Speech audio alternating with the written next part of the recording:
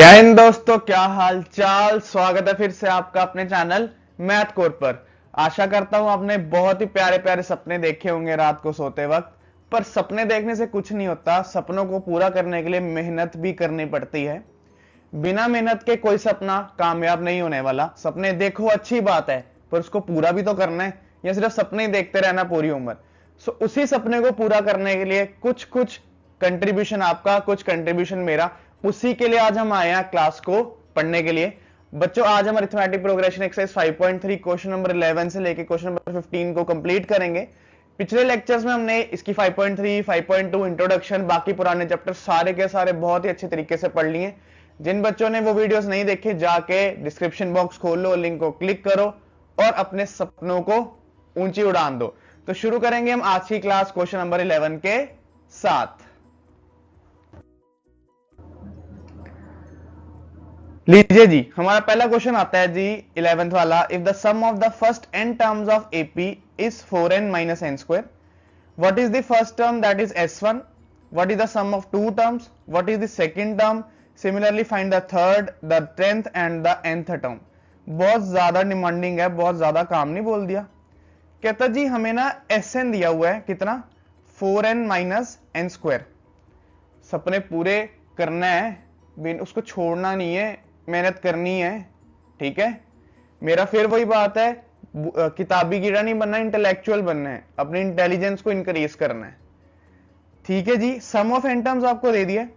कहता जी S1 निकाल लो, then S2 निकाल लो, देन A2 निकाल लो, A3 निकाल लो, A10 निकाल लो और उसके बाद AN निकाल लो। काफी सारी चीजें बोल दी हैं। तो क्या करेंगे, सबसे पहले S1 निकालेंगे।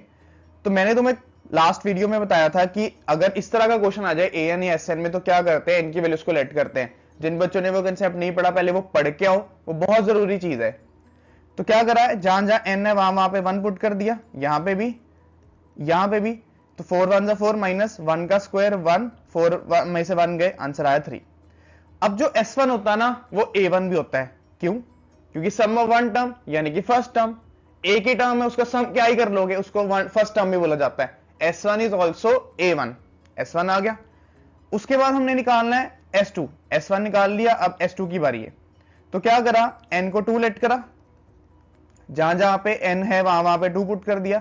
4 मल्टीप्लाई बाय 2 माइनस 2 का स्क्वायर, 4 2 8 माइनस 2 का स्क्वायर 4, 8 में से 4 गए, आंसर आया 4। अब जो S2 है ना, वो A2 नहीं है, वो सेकेंड टर्म नहीं है, क्योंकि S2 में दो टर्म्स है A1, S2 में दो टर्म्स है A1 प्लस A2। इन दो को मिलकर सम ऑफ टू टर्म्स बनता है। अगर आपको A2 निकालना है ना, तो उसका फॉर्मूला क्या होता है, sum of two terms minus sum of first term. Sum of दो टर्म्स में sum of first term minus कर दो तो आपका S2 आ जाएगा, that is 4 minus 3, that is 1। आपका A2 आ गया। S1 is A1 but S2 is not A2। A2 निकालने का तरीका क्या होता है, S2 माइनस S1। अब A2 भी आ गया, A1 भी आ गया, S1 भी आ गया, S2 भी आ गया। अब D निकालते हैं। D क्या होता है बच्चों, A2 माइनस A1। A2 आपका 1 है और A1 आपका 3 है, तो 1 में से 3 गए, आया -2। लो जी, आपने D भी निकाल लिया। अब उसने इसके बाद बोला है A2 निकालना, सेकेंड टर्म निकालना, वो हमने निकाली थी, 1 नहीं, क्योंकि A2 is S2 minus A1। अब आगे कहता है जी A3 निकालना। अब आपको पता है A3 को ओपन करके क्या लिखते हैं, A1 प्लस 2D। A1 की वैल्यू कितनी थी हमारी प्यारे बच्चों, 3। D की वैल्यू हमने निकाली -2, तो ये आया 3 प्लस माइनस, -2 2 4, आंसर आया -1। ठीक है जी। अब आगे उसने बोला A10 निकालना है। अब A10 आपको पता क्या होता है, A1 प्लस 9D। A1 आपका 3 था, पुट कर दिया। D आपका -1 है, पुट कर दिया। प्लस माइनस माइनस, 3 में से गए 9, तो आंसर आया -6। A10 भी आ गया। और लास्ट उसने बोला AN। अब AN का फॉर्मूला आपको पता है, A1 plus n minus 1 multiply by D। अब यहाँ पे n नहीं गिवन, नंबर ऑफ टर्म्स नहीं गिवन, तो क्या करेंगे, A1 को A1 रहने देंगे, मतलब A1 की वैल्यू पुट कर देंगे 3, n को n रहने देंगे क्योंकि नंबर ऑफ टर्म्स हमारे पास है नहीं, और D को डाल दिया -2। इसको ओपन करा, 3 -2 इंटू n -2n, और -2 इंटू -2 प्लस का 2, और 3 में 2 ऐड करा तो 5 -2n। तो ये आ गया जी आपकी लास्ट टर्म की वैल्यू 5 -2n। ये देखो, ये S1 था जो कि 3 था, जिसको A1 भी बोलते हैं। ये S2 था जिसको A2 नहीं बोलते, A2 हमने निकाला S2 माइनस S1 से, फिर D निकाला हमने A2 माइनस A1 से, उसके बाद हमने A3 निकाला A1 प्लस 2D से, यहाँ पे A3 आया, फिर हमने A10 निकाला जो कि -6 आया, और उसके बाद AN निकाला जो कि 5 माइनस 2N आया। बहुत ही बढ़िया क्वेश्चन था। अगर AN या SN के क्वेश्चन आते हैं इस तरह के, आपको N को पुट करना है, फिर वैल्यूज निकाल के सॉल्व करना है। एक बार आप देख लो, फिर हम बढ़े आगे।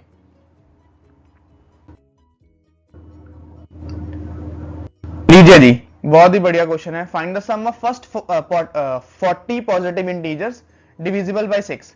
कहता पहले 40 इंटीजर्स का सम निकालना है जो कि 6 से डिविजिबल है।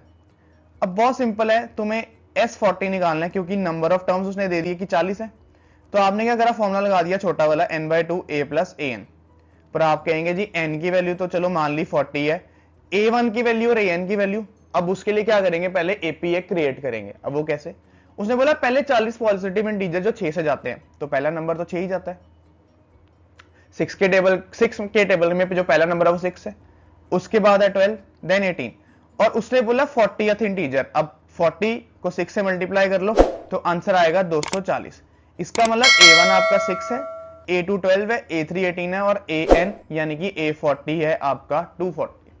पहले 40 इंटीजर्स उनका सम निकालना जो 6 से डिविजिबल है, तो 6 पहला, फिर 12, फिर 18, और 40th टर्म क्या है आपकी 240।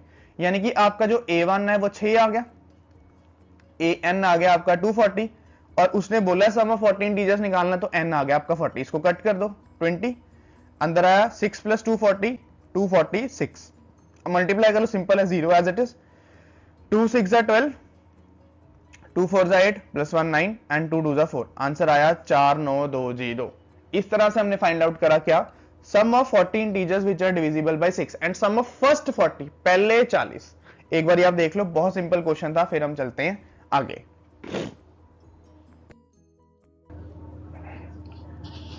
लो जी, अब कह रहा जी find the sum of first 15 multiples of 8। 8 के पहले 15 मल्टीपल्स का सम, मल्टीपल मतलब जो 8 के टेबल में आते हैं। अब पहला नंबर जो 8 के टेबल में आता है वो क्या आता है प्यारे बच्चों, 8 आ गया, फिर आता है 16, उसके बाद 15वां नंबर कौन सा आता है, 15 को 8 से मल्टीप्लाई कर लो, दैट इज 120। यानी कि आपको पहले AP क्रिएट करना जरूरी है, वहीं से आपको फर्स्ट टर्म और लास्ट टर्म मिलेगी। That is two important, that is two important. तो A1 आ गया आपका 8, A2 आ गया 16, AN आ गया 120, तो N आपका 15, क्योंकि 15 नंबर्स का सम निकालना है। फिर से SN का छोटा वाला फॉर्मूला लगाया, n/2 A plus AN, N की जगह पे 15 आ गया, A1 की जगह पे 8 और AN की जगह पे 120। सम ऑफ फर्स्ट 15 मल्टीपल्स ऑफ 8, पहले 15 मल्टीपल जो 8 से जाते हैं, 8 आया, 16 आया और 120 आया, N 15 आ गया। 15/2 एज इट इज, अंदर बना 8 प्लस 120 दैट इज 128, 2 1 जा 2 64 जा, आंसर आया 15 मल्टीप्लाई बाय 64। इसको तो मैं मल्टीप्लाई करके दिखा देता हूं फटाफट। 5 4 जा 20, 5 6 जा 30, 30 प्लस 2 32, 4 1 जा 4, 6 1 जा 6, 0 6 9, आंसर आता है जी 960। तो 960 सम में पहले 15 मल्टीपल्स का जो कि 8 के मल्टीपल्स हैं। बहुत ही बढ़िया क्वेश्चन था, बहुत ही बढ़िया। एक बार देखो, और जो मेरे प्यारे बच्चे चैनल पर पहली बार आए हैं, वीडियोस उनको अच्छी लग रही है, प्लीज चैनल को सब्सक्राइब करें, वीडियो अपने फ्रेंड में जरूर शेयर करें वीडियोस को। बहुत बढ़िया चीजें पढ़ा रही जा रही है, कुछ मिस ना हो। आप एक बार देखो, अगर कहीं पे भी डाउट लगता है प्लीज कमेंट बॉक्स में जरूर बताइएगा। पढ़ाई करनी है, कंसिस्टेंट रहना है, अपना इंटेलिजेंस लेवल बढ़ाना है, डम्ब नहीं बनना, मूर्ख नहीं बनना कि अगर आप 10 लोगों में बैठे तो आपको भी चीजें आती होनी चाहिए। ऐसा ना हो कि आप सोच रहे हो क्या बोल रहे, समझ नहीं आ रहा कुछ, मैं क्या बोलूं, ऐसा ना दिमाग में है कि मैं क्या बोलूं, वो तो बोल रहा हूं कि सुनी जाओ, मैं क्या बोलूं, ऐसा नहीं करना। हर चीज पढ़नी है, मैथ्स भी पढ़नी है, साइंस SST हर चीज की नॉलेज लेनी है, किताबी कीड़ा नहीं बनना, फाइनेंस पढ़ना है, ये वो सब वर्ल्ड अफेयर्स पढ़ना है कि क्या चल रहा है दुनिया में, क्या हो रहा है। ऐसे लोग सोचते हैं कि पढ़ के क्या करेंगे, पढ़ के ही होगा कि जब 10 लोगों में बैठोगे तो तुम भी कुछ बोल पाओगे, ऐसे नहीं चुपचाप सुनते रहोगे, बस ऐसा नहीं करना है।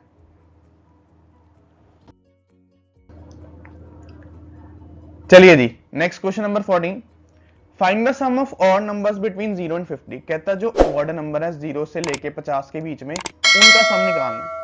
पहले तो 0 और 50 के बीच में जो ऑड नंबर है वो लिख लेते हैं, दैट इज 1 3, 5 और 50 के पीछे आता है 49। इन सब का आपको निकालना है सम। अब इस क्वेश्चन में ना तुम्हें n नहीं गिवन, नंबर ऑफ टर्म्स उसने बोला नहीं है, नंबर ऑफ टर्म्स उसने बोला नहीं है। इसका मतलब क्या है, तुम्हें पहले नंबर ऑफ टर्म्स निकालनी पड़ेगी। उसके दो तरीके हैं, या आप an के फॉर्मूला से निकाल लो, पहले मैं तुम्हें उससे निकाल के दिखाता हूं। an आपको पता कितना है 49, वो डाल दिया। a1 आपको पता कितना है 1, वो डाल दिया। n हमें फाइंड आउट करना है और d आएगा 3 - 1 दैट इज 2। 1 इधर क्या, 49 - 1 that is 48 equals to n - 1 into 2 as it is. ये 2 लेके आए नीचे इक्वल्स टू n - 1, कट करा आया 24 इक्वल्स टू n - 1 -1 यहाँ ऐड तो आया 25। यानी कि जो नंबर ऑफ टर्म्स है वो कितनी आई 25। अदरवाइज क्या तरीका था, जैसे 0 और 50 में ना देर आर 50 टर्म्स, उसमें आपको सिंपल पता है 25 इवन है 25 ऑड है। पर ये कंसेप्ट लगता है सिर्फ एमसीक्यूज में, अगर आप शॉर्ट क्वेश्चंस कर रहे हैं यानी मल्टीपल चॉइस कर रहे हैं। लॉन्ग क्वेश्चन में आपको एन फाइंड आउट करना पड़ेगा, यहां से मार्क्स नहीं डिडक्ट करवाने, हमें हर स्टेप शो करना है प्रॉपरली कि हमने क्या करा है। ऐसा सोचना है कि जो चेक कर रहा है उसको नहीं पता, उसको नहीं सोल्यूशन आता, हमने पूरी तरह से इलैबोरेट करना है। ठीक है जी, एन आ गया हमारे पास 25। अब sum of odd numbers between 0 and 50, a1 आपका 1 था, an आपका 49, क्योंकि लास्ट टाइम हमें पता है n हमारा कितना है 25। सिंपल सा फॉर्मूला है n/2 25/2 a1 प्लस an था प्यारे बच्चों 49। ठीक है जी, 1 + 49 कितना आ गया आपका 50, फिर 2 1 जा 2 25 जा और 25 मल्टीप्लाई बाय 25 सबको पता है 625 होता है। तो देयरफॉर 0 से लेके 50 तक में जितने भी ऑड नंबर्स आ रहे हैं उनका सम कितना है 625।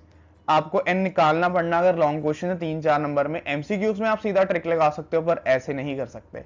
ठीक है, एक बारी देख लो फिर हम चले आगे।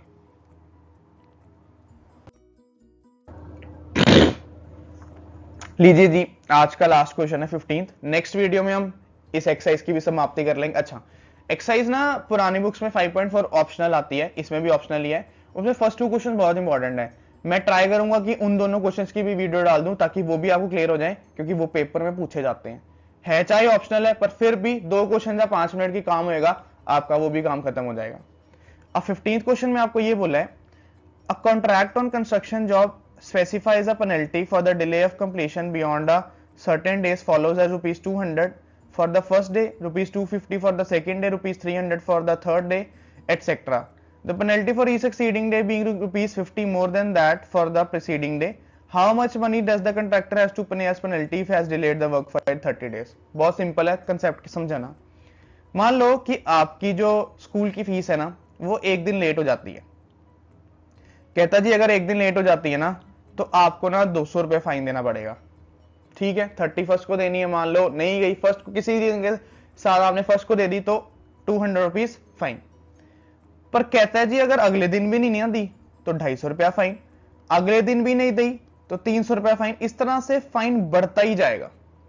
आपको यह बताना अगर हम डीट बन के 30 दिन तक नहीं फीस दे रहे तो कितना फाइन देना पड़ेगा, कितना टोटल अमाउंट देना पड़ेगा। पहले दिन नहीं दिया 200 का फाइन, दूसरे दिन नहीं दिया 250 का फाइन, तीसरे दिन नहीं दिया 300 का फाइन, इस तरह से 30 दिन दिया ही नहीं। इसका मतलब तुम्हें यहां पे क्या निकालना है, सम ऑफ 30 डेज। आपको सम ऑफ 30 डेज तक निकालना है कि कितना पेनल्टी आपको पड़ता गया, कि 30 दिन तक आपने कितना पैसा फाइन का इकट्ठा कर लिया। तो क्या करेंगे, फॉर्मूला लगाएंगे हम n/2 2 times a plus n - 1 multiply by d। अब n आपको पता है कि 30 डेज के लिए तो 30/2, a1 आपको पता है जी 200 है, 200 आ गया, n आपको पता है जी 30 है -1, d हम निकाल लेते हैं। अब d तुम्हें पता है हर दिन 50 रुपए बढ़ता ही जा रहा है, तो d आएगा a2 - a1 यानी कि 250 में से गए 200 यानी कि वो आया 50। उस 50 को डाल दिया हमने यहाँ पे। पहले दिन का फाइन 200, दूसरे दिन का 250, देन 300, 30 डेज तक ऐसे फाइन पड़ता रहा। तो यहां से कैलकुलेट कर लेते हैं, 30/2 आ गया 15, 2 × 100, 2 × 200 इज 400। यहाँ पे 30 में से 1 गए 29 मल्टीप्लाई बाय 50, 0 डाल दो, 9 5 जा 45, 5 2 जा 10 प्लस 4 14, फिर आ गया 15 मल्टीप्लाई बाय 400 प्लस 1450 इज 1850। अब इसकी मल्टीप्लीकेशन कर लेते हैं जी, 185 को 15 से मल्टीप्लाई कर लेते हैं क्योंकि 0 तो हमने ऐसे लगा ही देना। 5 5 जा 25, देन 8 5 जा 40, 40 प्लस 2 42, देन 5 1 जा 5 प्लस 4 9, देन 5 1 जा 5, 8 1 जा 8 एंड 1 1 जा 1। तो आंसर आया 5 7 7 1 2, दैट इज 27750। 27,750 रुपए फाइन आया। इससे अच्छा आप फीस टाइम पे दे दो, इतना फाइन देने की जरूरत नहीं पड़ेगी। सो ये था हमारी आज की क्लास। आई होप आपको समझ आई होगी। अब मिलेंगे नेक्स्ट क्लास में, जो कि इस चैप्टर की लास्ट क्लास होगी। नहीं, उसके बाद हमने 5.4 के ऑप्शनल पढ़ने हैं। सो टिल देन बी से बी हैप्पी, बाय बाय।